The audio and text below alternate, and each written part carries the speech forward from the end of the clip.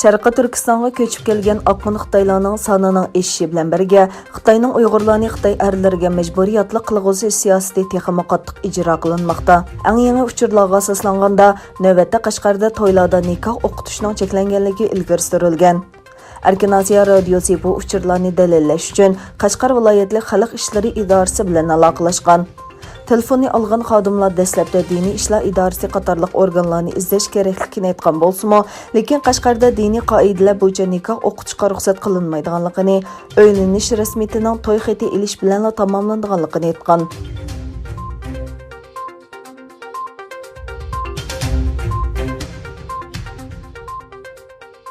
2019 oktyabrda Yevropaga chiqqan Qalbinur Sidiq Urumchi shahri sirtidagi Sanfango rayonida 3 yil Xitoy tili o'qituvchisi bo'lib ishlagan bo'lib, yaqinda o'zining lagerda ko'rgan bilganlarini tashqi dunyoga oshkorladi.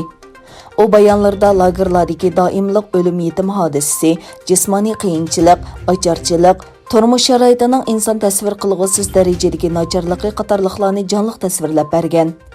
Qalbinurning olayda diqqatini qo'zg'agani lagerga qamalganlar ichida bir Xitoyning bo'lmasligi, yana kelib lager tutqunlarining mutlaq ko'p qismining normal diniy e'tiqod bilan shug'ullangan cho'ng yoshli kishilar, Uyg'ur savdogarlar va yosh o'g'il qizlardan bo'lishi bo'lgan. 10 ming Uyg'ur ayol qamalgan cho'ng lagerdagilarning 60%ning ko'pragi yashinib qolgan kishilar bo'lib, hammasining chechi tushirib etilgan. Qolganlar butunlay jalbkor yosh qizlar bo'lib, Qalbinur bilan bir qatorda shu qizlarmo majburiy tug'maslik tadbirlarining qurbonlari qilib etilgan. Lager soqchilari Qalbinurga tutqun qizlarning kollektiv bosqinchilikqa uchrashining hech qancha ajablanarli ish emasligini so'zlab bergan.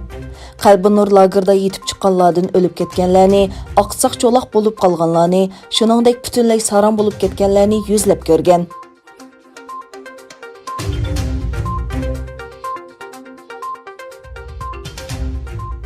Sharqi Turkistonda davomlashayotgan fojialarga oid texnik ko'p isbotlarning sirtqi dunyoga oshkorlanishiga ergishib, Amerika Tashqi ishlar ministrligi Xitoy hukumatining bu rayondagi aloqador tadbirlarini yana bir qatim qattiq tanqid qildi.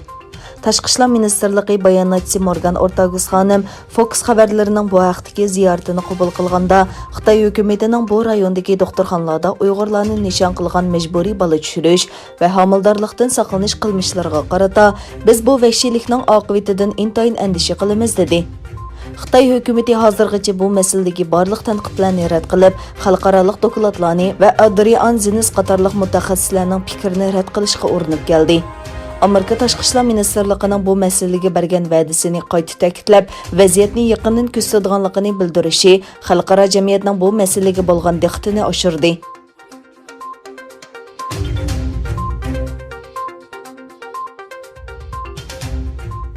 Amerika Tashqi ishlar ministri Mike Pompeo Amerika matbuotlariga bergan bayonotida Eronga qaratilgan qurol embargosi haqida to'xtaldi.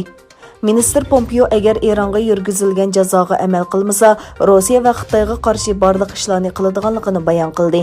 Pompeo mundaq dedi: Birlashgan Davlatlar Tashkilotining embargosi rad qilinsa, men sizlarga kafolat qila olmaymanki, Xitoy va Rossiya qurol-yarog' ombaridagi barliq narsalarni Eronga bizga tahdid selishi uchun yetkazib beradi. Biz yana butun kuchimiz bilan ularning qurol-yarog' bilan ta'minlaguvchiga aylanishining oldini olamiz. Pompeo yana o'zining ittifoqdoshlari Angliya, Fransiya va Germaniyaning Amerikaning Eronga qaratilgan qurol embargosini muddatsiz uzartish qarorini qo'llamaganligini qattiq tanqid qildi.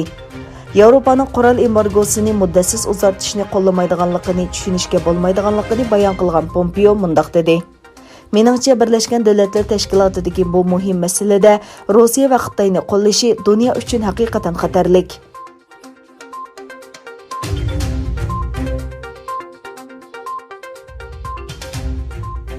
2 kun ilgari Xitoyning Shanxay shahridagi Changjiang daryosi eg'izida neft paraxoti bilan yuk paraxotining so'qilishi natijasida yuz bergan hodisada yo'qolib ketgan 14 kishidan 8 nafarining jasadi topildi.